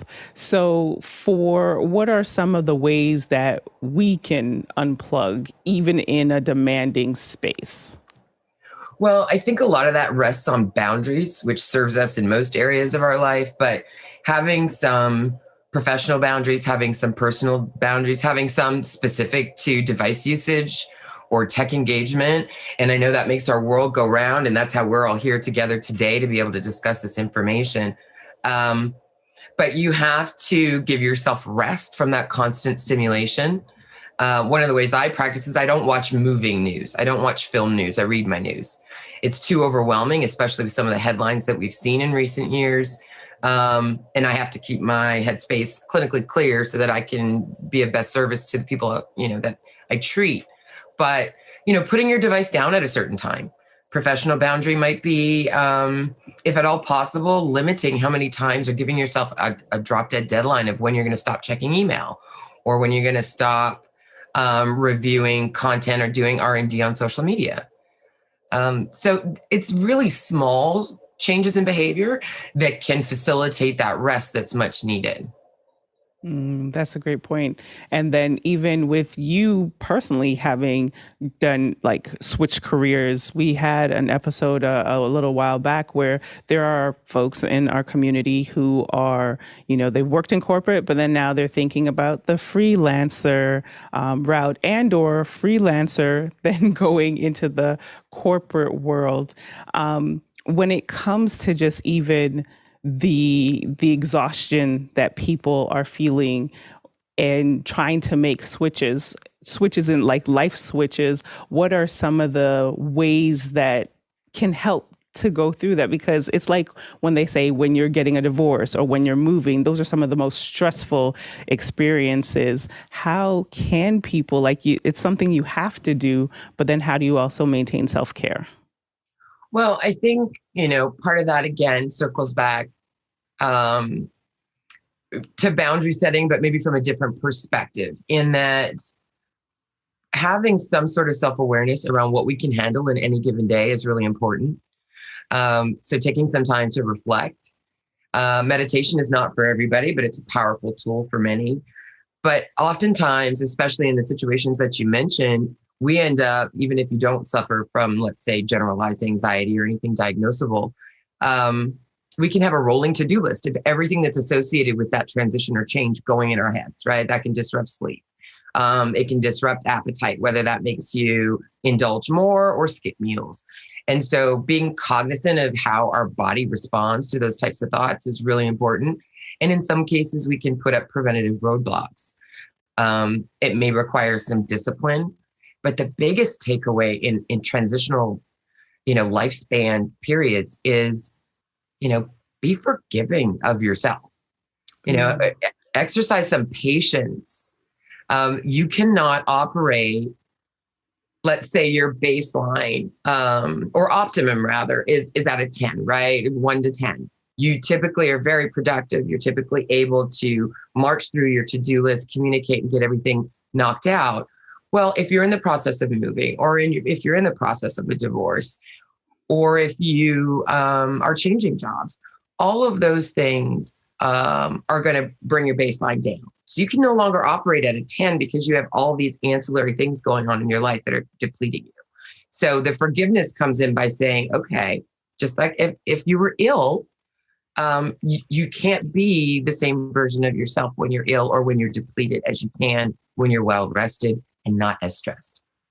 That's an excellent point, and I hope that everyone heard that, because again, many people are running teams, managing teams, flying across, traveling and working on various projects, and having a therapist that can help you identify that. Because when you're in the midst of it, I have a therapist. So grateful for this individual, because I found even last year there was a point where there's projects, personal life, raising a child, and you just keep going and not realizing that you're probably doing way too much and just trying to get out of survival mode in trying to make sure that you don't drop any plates. Alex? I'm curious your thoughts about pacing. I think that's the thing for me is that, I read some article somewhere about it, and I took on the idea that you can only make so many good decisions a day, and then you get tired and you start making bad decisions. And so it's not so much that but if someone asks me to make hard decisions at 4:00 in the afternoon, a lot of times they'll just say I'm out of decisions. Like we need to have that decision tomorrow. Like I can't process. I can process it. I'm not confident that I'm processing it well. And so. And I think a lot of the things for me is also every time I look at anything that I have to make a decision is using a scarce resource. And so I try to make as few decisions as possible around my life. And that also includes, at 10 o'clock at night, my do not disturb turns on. So it turns on at 10 o'clock at night. It turns off at 9:59. So it's literally open for 1 minute a day. Suddenly I get all these things go down the side of my screen of all the things the computer wanted to bother me with. And now I can turn it off. I can turn the do not disturb off if I'm waiting for a call. But by forcing everything into a scheduled environment, it just really helped me kind of reduce the number of decisions that I was making. And I didn't know what your thought was on that. Is that a valid thing to look at? Is like, how many decisions can your brain really make per day? Yeah, I think there's a lot of validity to that. And I think, your approach and what you described shows a lot of self-awareness on your part. And also that discipline I was speaking of earlier. You have tech parameters in place to make you less accessible during certain times. But having that self-awareness that a 4:00 important decision probably is not in anyone's best interest is intuitive. And some of us make our best decisions at that time of day. But I do think it's really important to pay attention to, what have I endured today? What have I accomplished? And have a level of acceptance with, okay, I've hit my limit for what I think is still going to allow me to deliver that same level of quality, right? And there's a sense of integrity in there with that too, is that whoever has to wait for a decision to the following morning is going to get a better version of that conversation and discussion than had you tried to force it later in the afternoon. How do you even get to that place where you can be self-aware? Is there, I don't know, is that like a checklist, or does that comes out of therapy, of just being aware? Because it's taken me a while to realize, like, I'm an early bird. So meetings early in the morning or productivity, I've just recently realized, like, listen, after 2:00, to Alex's point, is like just the decision fatigue has hit its moment. Yeah, I agree. Well, one of the ways, it's not so much a checklist, I think in part it's a lifelong journey, right? Getting to know like who you really are. And, my 18-year-old version of myself is not who Bobbi is, at 44 today. So I think you learn more and more about yourself kind of as an ongoing process. But one of the ways to take a look at it is reflection, in part in the past, only long enough to learn from it, which is, where are some of the most joyous professional moments in your memory bank? What was different then than now? What made you love that particular role or that particular project more so than maybe what you're currently doing? And it's less about the comparison of the two, but really just identifying what brings you joy and what you like. We have so many roles we play. As you mentioned, parents, we run teams, we're business owners, C-level executives, whatever roles or hats we have to play, there's probably several of them. And so, that same question can be applied to parenting. What are some of the most joyous, parenting memories? What are some of the most endearing social moments with your close friends? And then build more of that into your life using, to Alex's point, disciplines such as that. I'm going to do not disturb, and I'm going to go have dinner with friends, or, whatever it is that, brings you more sense of peace and balance, because the demands aren't going away. It's just, how do we shift the weight so we don't have to be at the chiropractor every day? Great point there. And thank you guys putting some in the chat, some links to decision fatigue and how to manage that. And Guy, I'll allow you to get you to come in.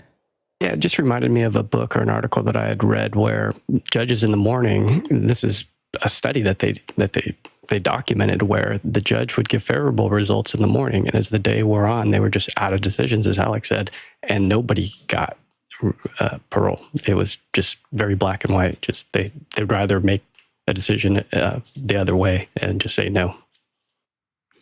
Wow, that's fascinating. And that makes sense there too.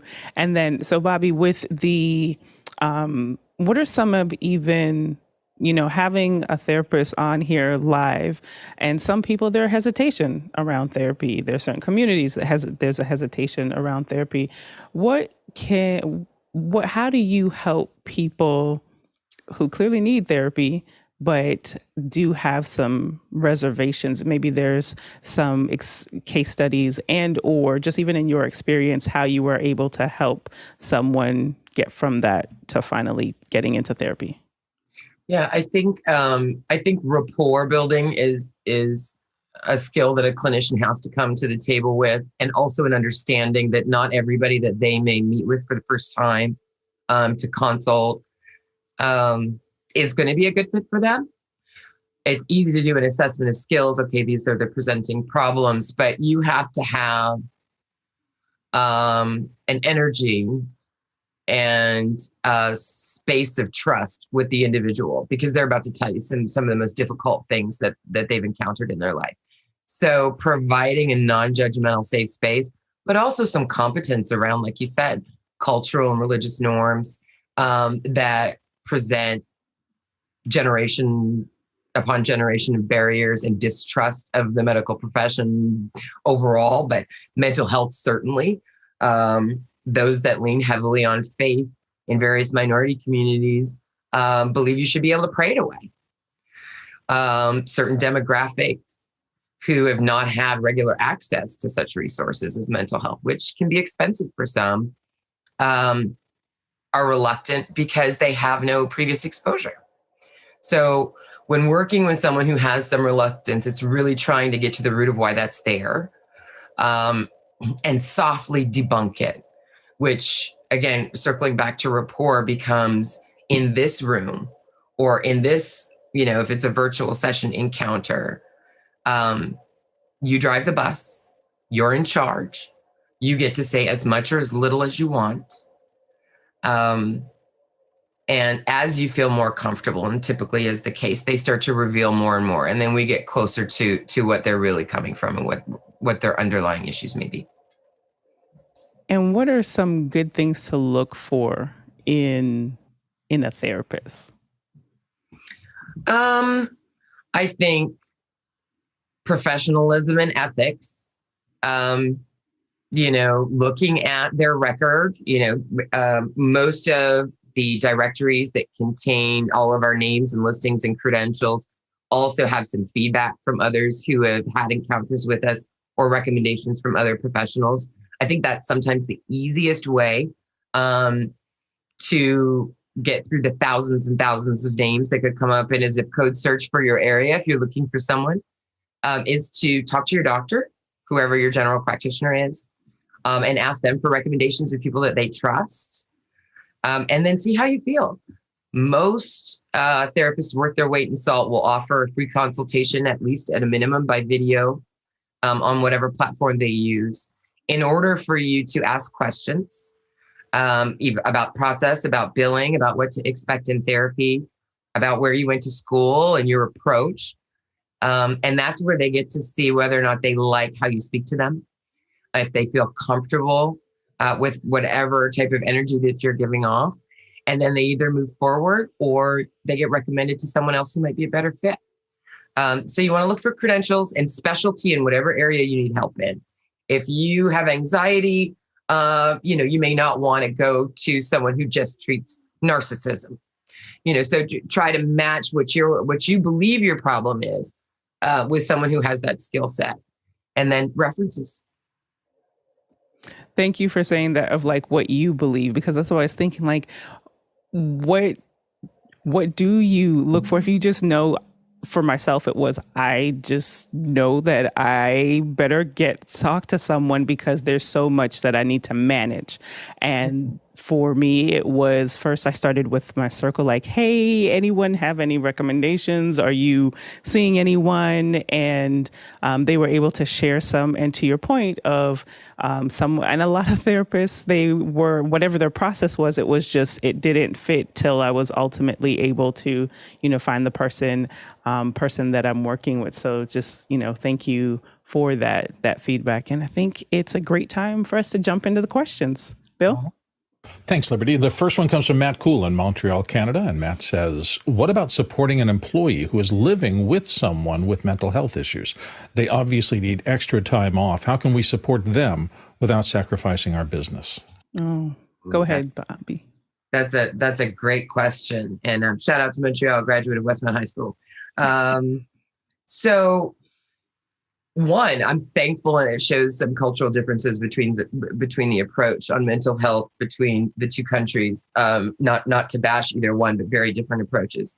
I think in that instance, you kind of want to wrap your direct employee in some support. Here in the United States, those are referred to as EAP programs. So if you have a setup where you have counselors that are affiliated with benefits or someone that you could refer them to, they probably need to talk to somebody. Support groups, letting them know that you have an open door policy. I'm assuming by the phrasing of your question, you're in a decision-making role, and therefore this person may be your subordinate. So letting them know, as someone in management, that your door's open and that they can come and talk to you without judgment can be very helpful, and help an employee remain connected with the space, even though they're struggling with things at home. And honestly, asking questions. Sometimes that's the best way we learn, especially with something like this, which is so subjective. What do you need in this moment? And you may be met with resistance because they don't want to appear weak. They don't want to be somebody's burden. But again, combining that with the open door policy, hey, you're an important part of our team. We don't want you to be struggling. We want you to know it takes a village and we're a part of your village. And then letting them know that extends to their domestic partner as well. Thank you for that. Next question. David Brady in New York City comes up next. He says, since returning to the office, I've noticed and experienced an atrophy in social skills with coworkers, from not paying attention in person to not being on camera in online meetings. What are your thoughts on where we are as a society? Go ahead, Bobbi. Yeah, that's a tough one. And as clinicians, we're seeing that in all age groups, from those that were in elementary school and are starting their elementary school version through high school children who missed their graduation due to the pandemic. It is a huge adjustment. And this is where patience comes in. One of the ways that you might want to try to approach sharpening these skills, they're in atrophy, but that they're not gone. Just like when you forget you have a gym membership, even though you're paying for it every month, it's still there waiting for you. So it's really just about starting to exercise those muscles again. That said, try to have some level of regularity in the frequency with which you have social engagement. It may not be at work, but maybe it is going to dinner with close friends. So slow exposure to get your frequency back up should kind of let that, you always know how to ride a bike, instinct kick back in, but you need practice. That's why this is occurring, is because you've been out of practice. And it was socially acceptable during the pandemic to isolate, and now we're getting thrown back in. And then just following up with that, as a possible manager, or because what I heard from you too was that the skills are still there, but needing to dust them off. So is that like happy hours or having lunch together as a team, just talking through? Because typically on Monday we do a lot of business-wise. So I know that there are some team leaders that are watching as well. What are some of the ways that they can help? Because they see it in their team, and how is that regulating meetings a little bit more? Just curious on your thoughts there. Well, I think that team building certainly could come into play there. The way I read that question was more about the individual trying to re-engage. But if we're talking about trying to look at the team as a whole, I think things like that can be valuable. One of the best ways to build that, and as a former executive coach, and what I used to do with my team, is I brought the team in to figure out what the activity was going to be. Let's get some suggestions. Let's have them buy in. That helps flex that social muscle as well, because it requires collaboration. So whether that be a happy hour or, a team dinner or an outdoor activity, you got to look at the culture of your organization and figure out what the best fit is. But I think that's another great way to do it. Now, just be mindful that probably 1 of 10 people in that group is going to have social anxiety. So they're not going to like it very much, but everybody else will be okay. Great point.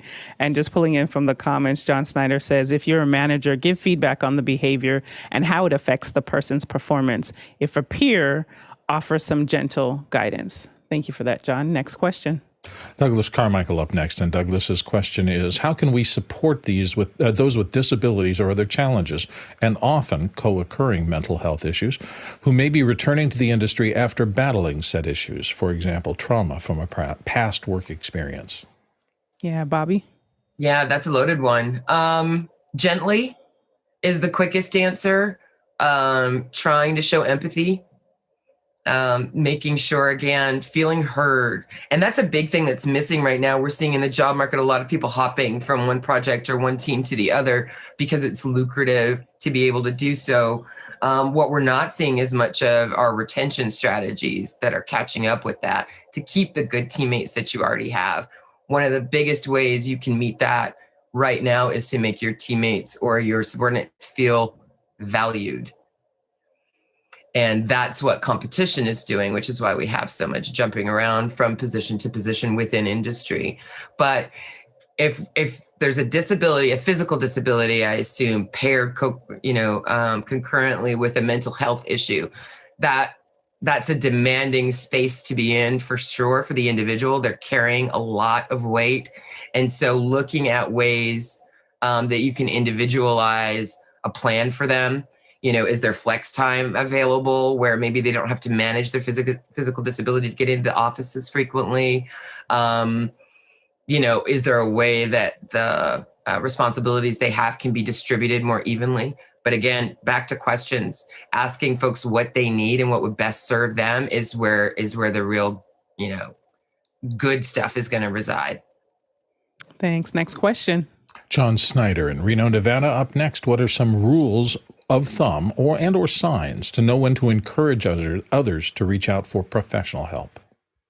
Bobbi.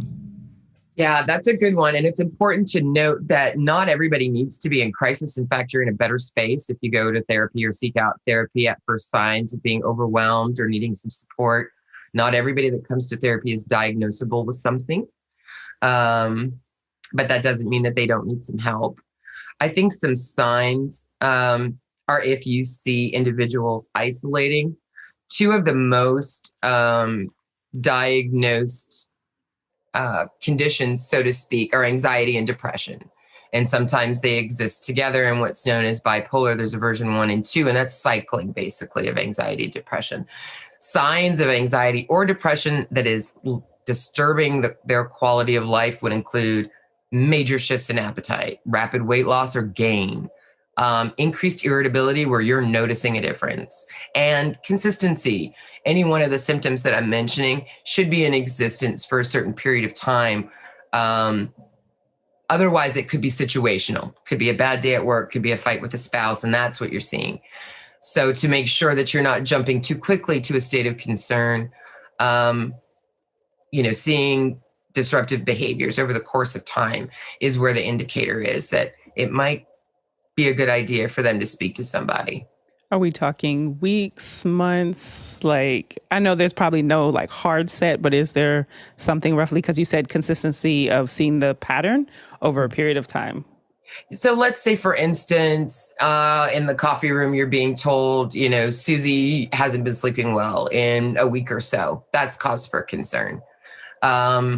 She doesn't really feel like doing what she usually does. Or if you notice people are missing out from joyful activities you used to participate in them with. More extreme behaviors might be self-deprecating talk, might be giving away possessions, might be, if anyone starts speaking in a fashion of, I think the world would be better without me, even if it's abstract in a sense, that is area for concern and worth confronting in the moment, and finding out what that really looks like.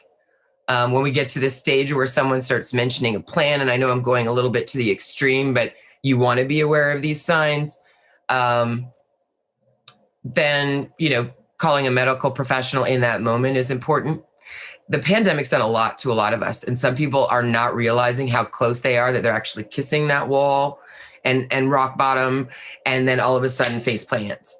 And so paying attention to the people that you care about, if you're noticing multiple curious behaviors, ask them about it or make a suggestion. Go look up some resources in your area you're comfortable with sharing and provide them, and let them know you're holding space with them.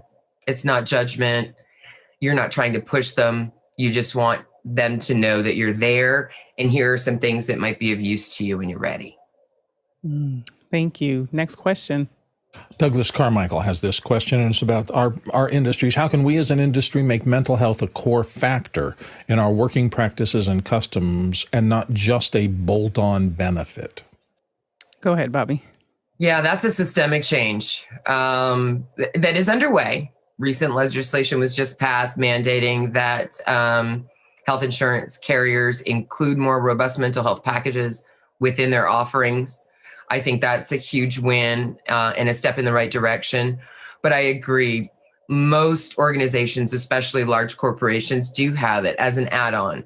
There are very few companies that escape that and have it interwoven within their culture, but there are a few that allow for more flex time, that have a more upbeat experience, have on-site resources in office for quiet rooms or being able to take a nap, or gardens to walk in. All these things promote mental health in different ways. But I think it's, and I'm not sure how many companies are really doing inbound assessments, but when you're at a certain pay scale, you're getting them. And so it might be good to look in the onboarding process and have a better way of assessing needs when you're bringing somebody on, and or instituting an initiative where you're kind of tapping into what does your team need, and then trying to rise up to answer it. Again, the data is right there in your organization. It's just about finding a way to make them feel comfortable sharing what they need. Great response. Next question. Next one comes from our friend Tony Mobley in Noonan, Georgia. Are we all suffering from PTSD at various levels because of the pandemic? Oh. There's a strong argument for that. There is. And I had a discussion with a colleague just a few weeks ago. And the pandemic is not unlike having gotten hit with a Mack truck, and the accident keeps happening over and over and over every day. And it affects us each differently, but we will likely never be the same. There's a lot of grief and loss associated with the pandemic, not just for all of those that were taken by the disease and that lost their lives as a result, but those who have lost loved ones, those who have lost jobs, those whose businesses have gone under. So my personal opinion, and if I am to survey the census of people I treat in my private practice, I would say, yeah. Trauma is witnessing or bearing witness to anything that is significantly damaging to your feelings and thought process. And I would certainly say the pandemic has given us all a run for our money. Alex? We only half jokingly refer to another syndrome that hasn't been quantified by the medical professions yet, called PPSD, which is post-production stress syndrome, which is, a lot of us do live shows. And I mean, it's funny, but at the same time, a lot of us do live shows that, if something goes wrong, people will lose their jobs. It's like people will lose their jobs. People's forward trajectory in the company will be affected. There'll be millions of people that are upset. It'll show up on the news. There's when things are going wrong, you can't process it. So you have to just keep moving and make sure that it doesn't fail. But there have been moments where for shows that I've worked on, these are like $10 million projects, and something something crashed right before the show, and we figured it out. But you end up at the end of the show staring at the wall, just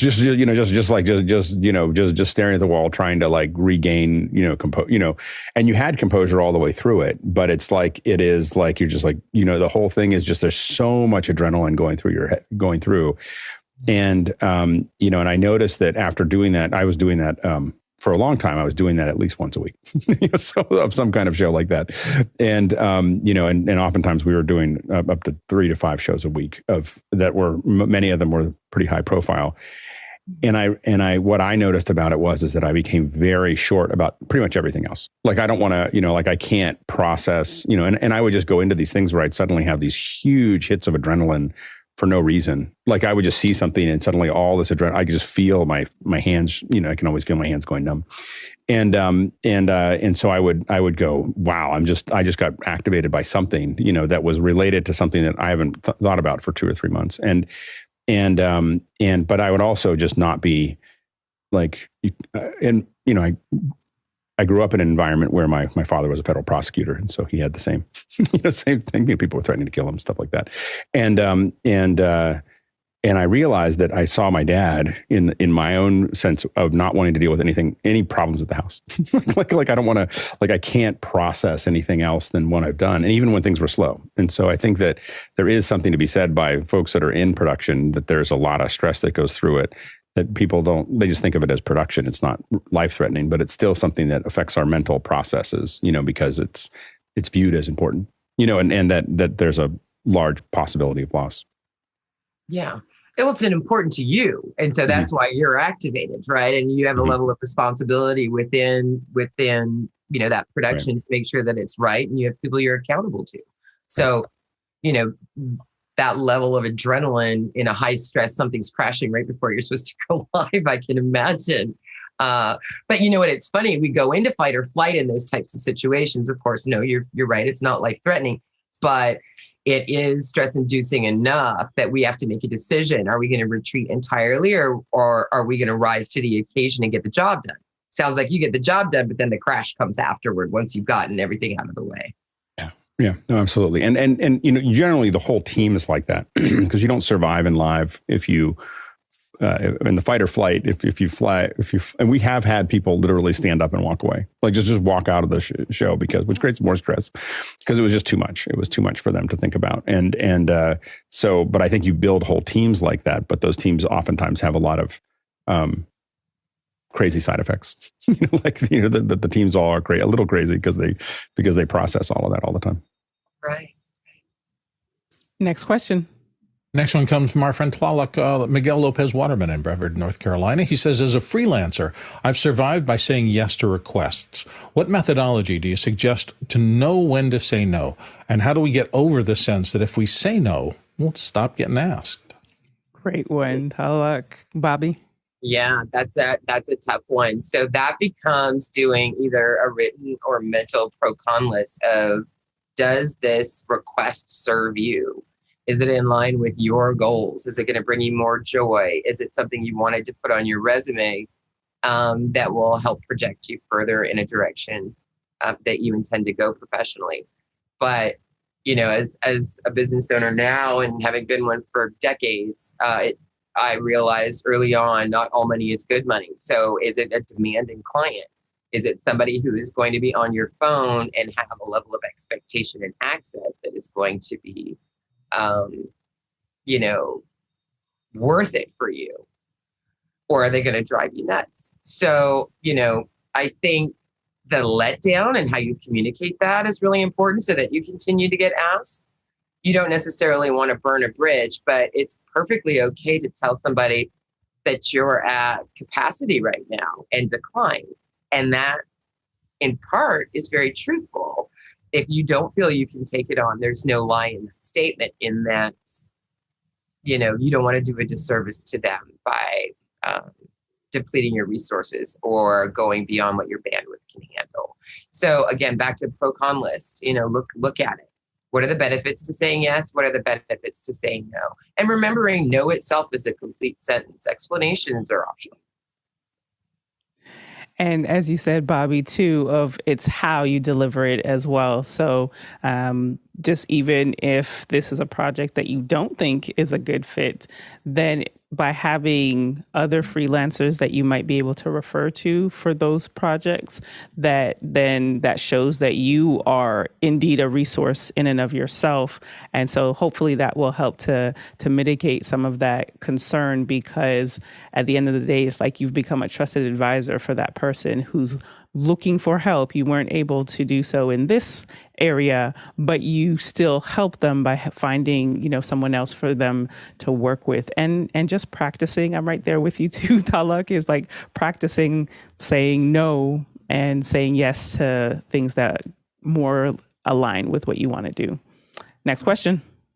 Next one's one of mine from here in San Diego. How can we best help the young people trying to deal with so much societal stress right now while trying to launch their careers and move from their teen years into the adult phase of their lives? Go ahead, Bobbi. Who, as a mother of 4 with 3 teenagers, that is a loaded question. I'm still trying to figure that out myself, but I'm conflicted. From a clinical space, hearing your children. That open door policy that applies to the boss in the office works well in the parental relationship too. Letting your children know that this is difficult, that you acknowledge that this transition time, their hormones, everything that's going on in their life is crazy. And then we've got an extra layer of a pandemic on top. So letting them know that they're heard, validating their feelings, showing empathy, certainly. Also pulling what resources are available. There's lots of social groups and self-help related groups and therapeutic groups even that have a social component for teens and young adults. Some that have popped up specifically as a result of how things have changed during the pandemic, but others that have been in existence just to help build social skills. So being a support, but also giving them their space. If you plant the seed that they can come and talk to you and that you're there to be a part of the supportive village, then you don't necessarily have to micromanage. That can send them heading in the wrong direction depending on their communication style. I like what you said there, Bobby, of just like hearing them and giving them space. Actually, like literally yesterday, a friend of mine shared on social that she took her teenage daughter out to Tennessee for a trip, and she had planned that they were going to go, or was it North Carolina, wherever the aquarium is out there, and that they had planned to go to the aquarium. And when her daughter woke up, and this is kudos to her daughter being so self-aware, she woke up and she was like, "Mommy, I feel like my energy's low today and I don't know if I want to go to the aquarium." And as my friend explained, like typically that would be, "Oh, you know, I paid for this and we're going." But she's told her daughter, she said, "Okay, I hear you. And if I can get a refund on the tickets, then no worries, we'll figure something else out. And then if not, then we may have to go." And she called, and that they were able to get a refund on the tickets, and they just went for a walk, and they actually cut their trip short a little bit to go home. So just what that helped for her daughter, like, just can you just imagine that of just, "I hear you," and like she talk through what the possible solution is. Because if we're saying to our kids that, yes, you can come to me, but then we're not listening, like that just adds a whole other layer. Yeah, it definitely does. And I think your friend handled that well, but we also have to be really careful to not over accommodate. So there are instances where we have to prime our children to understand that the way the world is wired. There are some times where, as I see someone said in chat, you're going to have to suck it up, rub some dirt on it and persevere. But if you can rest and if there are minimal negative consequences, then again, it becomes, so that's sometimes how we do our best decision making, is by doing a little mental pro con. All right, is anything going to go awry? Is something horrible going to happen as a result of me going in a different direction? If not, no. But in the job world, if you don't suck it up, as was said, and get it done or push past your capacity, that could be your employment. So it becomes, how do you curate the life you want, including all of those different roles you play? Next question. Next one comes to us from our friend Lopez Waterman in Brevard, North Carolina. He says, "I work in many different theaters and with many different teams at different points in their careers. Some are seasoned professionals and others are students, and everything in between. What signs might there be to see if someone is struggling?" Go ahead, Bobby. I think what most people report is a general shift in mood. How that shows up in most of us, not all, of course, is in increased irritability or withdrawing. And so you may notice someone that's typically a little bit more engaging, not speaking up as much in a meeting, not participating at their normal level. Or you may notice someone that is short or curt in their responses, or seems annoyed at the fact they have to be there, or it can show up in a host of different ways. But you'll usually see a shift in mood that is not typically witnessed in that individual if they're in a state where they're struggling. Next question. John Snyder in Reno, Nevada has this one. "Any opinions on large-scale virtual mental health services like Better Health? It seems like they make it easy to sign up for services that might be hard to find. So easy that it might be hard to find a good therapist." Bobby? Yeah, there's a lot of talk in our industry about the emergence of BetterHelp being one of the bigger ones, Talkspace another. There's several others. I think the same rules apply. I think you need to vet your therapist. It can be trial and error sometimes, and that you should talk to a few people and see who you're most comfortable with before moving forward. They do make it easy. I have heard, and I'm not entirely sure if this bodes true, but that there's a higher turnover in that space. It is like most big business, is that it's quantity over quality is some of the feedback I've heard, both from clinicians and those that have tried it. Yet I also know tremendously talented therapists that are listed there. So I think that the true answer is you got to find what fits you, but there is a wave where more and more of us are moving into smaller and private practice because it serves us better. But it also allows us to deliver a higher quality of care that's not managed by insurance mandates and diagnoses. Next question. Chris Fritchie in Trumbull, Texas says, "Is it the employer's job to make mental health a core factor of their business, which their core factor is probably actually to make money, or is it the employee's job to maintain their own core mental health?" Bobby? I think it's the individual's job. We can't help what may have shaped us to a space where we're struggling if that's what's occurring from a mental health perspective, but it is 100% our responsibility to heal regardless of who we work for. I think that we're lucky, fortunate, and one day, hopefully, it'll be a core as a standard. Right now, that is not the case. What employers can do, and yes, this does affect the money, the more balanced, the more emotionally stable your employees are, the harder they're working for you every day. So keep that in mind when you're thinking about the effects on the bottom line. No, at the end of the day, it is not your responsibility as an employer to provide that necessarily, at least as things stand in society now. But if you're concerned and you want to retain and you value your employees, you are giving them a huge message that they matter when you take these things into consideration. Next question. Chad Lafarge in Columbia, Missouri. Can you offer some suggestions for developing coping skills? Sure. Part of that would be answered well by something I mentioned earlier, which is looking back at some of the more joyous moments throughout time. For instance, I walked a client through this the other day. She was in a low period, and I asked her this question, and she struggled with it a little bit. But then she said, I used to paint when I was in my early 20s. And I said, why did you stop? She said, oh, well, I got married. I became a mom. I got this job and I just didn't have time anymore. I said, okay, so your homework, because I give homework, I'm that therapist. I said, your homework for the week is I want you to, it can be a piece of paper. You don't have to go spend a bunch of money on oils or acrylics, but just give it a try. Even if you're doing it with your fingers, see how it feels. And she came back and she said, you know what? I had no idea how important that was to me back then. And it's been so many years, I just lost sight. So doing a reach back, so to speak, and looking at some of the things, if you like to cycle. If you love to read, but haven't picked up a non-business related or training book in years, pick one up. Sometimes it's an environmental change. So coping skills are going to be unique to each individual. What works for one doesn't work for another. I've got some clients that love journaling. They have stacks and stacks of filled journals. And I have another person who is like, no, if you make me journal, I'm just, I'm going to stick a fork in my eye. So, everything's different for each, but you've got to really do a little digging, some self-exploration to figure out what that is for you. Alex? I do think that because I do so much digitally, that doing things physically is something that manually is something that's really important to me.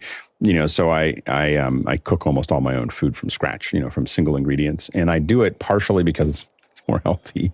But the other piece of that is that it is something I think that we've gotten disconnected from the world. It's very easy for us to order things and have them arrive and pull things out of boxes and put them in microwaves. And there's a pleasure there that I think we've given up, of the actual doingness of working through something and learning how to do something and having a skill. I think that a lot of people have no skills anymore. they have jobs and they have things that they do and they go into meetings and they make decisions, but they don't know how to do anything, and I think that that's something that starts at school, that we're not teaching skills anymore. We're teaching, we're mostly spending a lot of time teaching people things that they could Google. Anyway, but we make them memorize it. And instead of actually, the hard skills, I grew up, working in with metal shop and wood shop and, all these other things and on a farm. So you learn a lot of things. And so I find that the cooking aspect of that is a really great way for me to constantly come back to, doing something and that isn't like digital and isn't disconnected. Yeah. Go ahead, Bobbi. I was going to say tactile function is important just on like a more root level from the science perspective of it. Doing something with your hands gets you out of your head a little bit. And so if you're finding you're in a stressful state, things like cooking where you're chopping, you're feeling the textures of different ingredients. There's some physicality to it and mixing and whatnot. That's a great activity to focus on if cooking is something you enjoy. Coping skills don't fit into a box. It could be a breathing technique for one, journaling for another, cooking, painting, reading. It's different for each individual. But I'm glad that you have something. And I agree with you. I see what my children are taught now versus what I was taught when I was in high school, where we had home ec and we had wood shop and we got to do stuff and had a finished product. And that's happening less and less. Most finished products are of some digital nature, and that serves its purpose too in this age. But yeah, we're missing that. And there's something therapeutic just in the touching and the building of things. Yeah, just pulling in some comments because they're having a ball in the chat. Chris Fishy said, and it just moved because they're moving so quickly. Chris says that basically that they have the girls that they go outside and they do drills, hammer wood, and of his 4 girls, they know how to wield and work small engines and dirt biking. And you brought that up even, Bobbi, where you're saying that the different coping skills, because I've even looked at, I think it might have been a couple of years ago that I realized that I stopped dancing. Like I'm Jamaican Canadian background, so dancing is a part just culturally. And I think just because of focusing on work and marriage and then family and then divorce, like just all of those things that you kind of, I lost some of myself because all of that mental energy was just spent into making sure that everyone else was okay. And then now I'm getting back, even before we come on, Mickey, when we do our mic checks and whatnot, he'll say, today he said, do the robot. And, I was doing the robot, and those things that bring you joy. And what I hear from you is finding ways to bring joy into our day and into our world. Is that accurate? Yeah, I think it is. And I think, looking at the more domestic side of the roles that we play, spouses and parents really need to take a look at, what brings them joy. I'm not an empty nester yet because I still have one young person in my house, but for those that are all outbound or those that transition is coming, I know several parents that are sending their children off to college either last year or in this coming year. And it can be a real shock. Like, what do I do with myself? I'm not somebody's caregiver anymore. And that can leave a really big void. So at any point in time, you can wake up and choose to say, hey, you know what? I'm going to try some of these things I haven't done in a while that I used to really like. Or I've always been meaning to try this. I've just never made it a priority. Start saying yes to that. Because when you take better care of yourself and you have more joyful activities in your daily, weekly, monthly, annual life, you show up better for everybody else you touch. You're bringing more to the table. You're pouring from a full cup rather than an empty one. Great points. Next question. Paul Wallace in Austin, Texas asked this. Online counseling. We've been there before. What is the best of the lot? Do you have an opinion on that? Bobbi? Now in this day and age, at this level of time we've been in the pandemic, you have more availability and highly skilled credentials practitioners available to you virtually.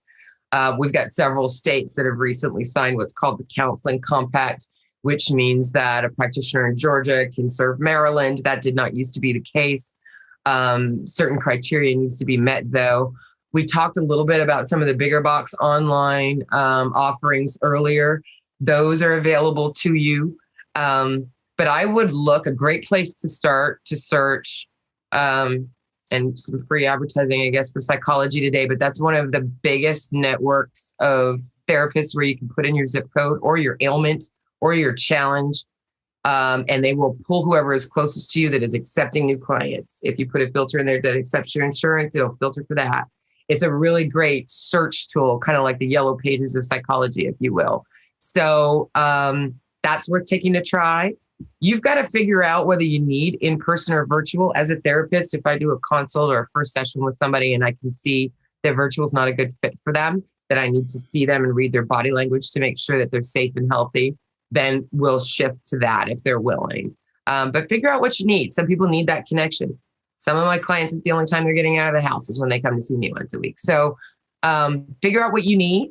If you don't know because you've never been through it before, then meet a couple of different folks online and see how you feel and ask if they offer in-person and virtual. Ask any question you can think of that might make you feel comfortable with proceeding. But you've got tons of options right now. The best of us are available online as well. Next question. Douglas Carmichael's up next. He asks, how do you keep yourself calm when managing or being in a long-running crisis? Yes. Go ahead, Bobbi.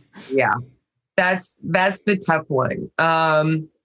One, staying calm is one thing. I'd want to know the root of what is anti-calm to you. What does that actually show up as? Because then I could get a little bit more specific with maybe technique. But assess why it's been so long running. If it's something that's beyond your control, that's one thing. If there's some changes you can institute to shift the direction of the state of crisis or alleviate its intensity, take a look at that. Look at resources that you haven't tapped into to be able to do that. Coping with ongoing crises. Let's say, for instance, I've got a few clients who are caretakers to their parents. Their parents are ailing. Their parents will eventually leave us. They're in a hospice state of care. That could be regarded by some as an ongoing crisis. It's been happening over time for a lengthy period of time, constantly stressful, a lot of feelings associated with that. Taking time for yourself becomes really important there. Giving yourself space to reflect on good moments in that particular example, and pleasurable memories that you have with whoever the individual may be. Again, this is just one example. Unfortunately, it's a bit too vague for me to dig down deep, but taking care of yourself, making sure you're resting, making sure you're getting outside and getting some fresh air and talking to someone, whether it's a professional like myself or the many others that are available, or whether it's a friend. It becomes important to lean on your resources if you've been in a crisis for a duration. Thank you so much, Bobbi. Like, this has been phenomenal. Again, as I said, the chat has just been going on, and there's the communication there, and you've shared so many valuable resources with us. Before you go, do you have any parting words for our media production community that I know that there've been lots of notes taken? Well, I think the one thing that I'd want to leave everybody with is to dispel the notion that taking care of yourself is somehow selfish. I go back to the example I gave earlier, pouring from a full cup, but I also want you to think about the last time you flew, and when they give the little spiel at the beginning about how to be safe in the state of an emergency on an airplane, you were told under no certain terms to put the mask on yourself should they come down from the ceiling, then to aid someone else first. The reality there, even though it says, no, I'm going to put it on my wife, I'm going to put it on my husband, I'm going to put it on my child. If you pass out in the process, you're good to nobody. So it's not selfish. Again, you bring a better version of yourself to the table when you're resting, when you're seeking balance, and when you're inserting a little joy in your life. Thank you so much, Bobbi, and to our producers, and Bobbi from Tailored Wellness, and I'll put the link in the chat so that folks who may want to follow up with you can reach out to you.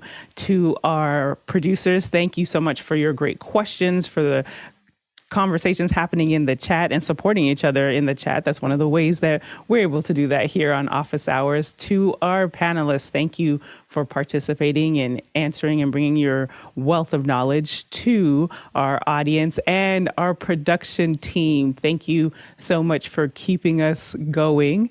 Again, you can learn more about what's taking place this week at officehours.global. And now we're going to head into after hours. So we will see you soon. Bye.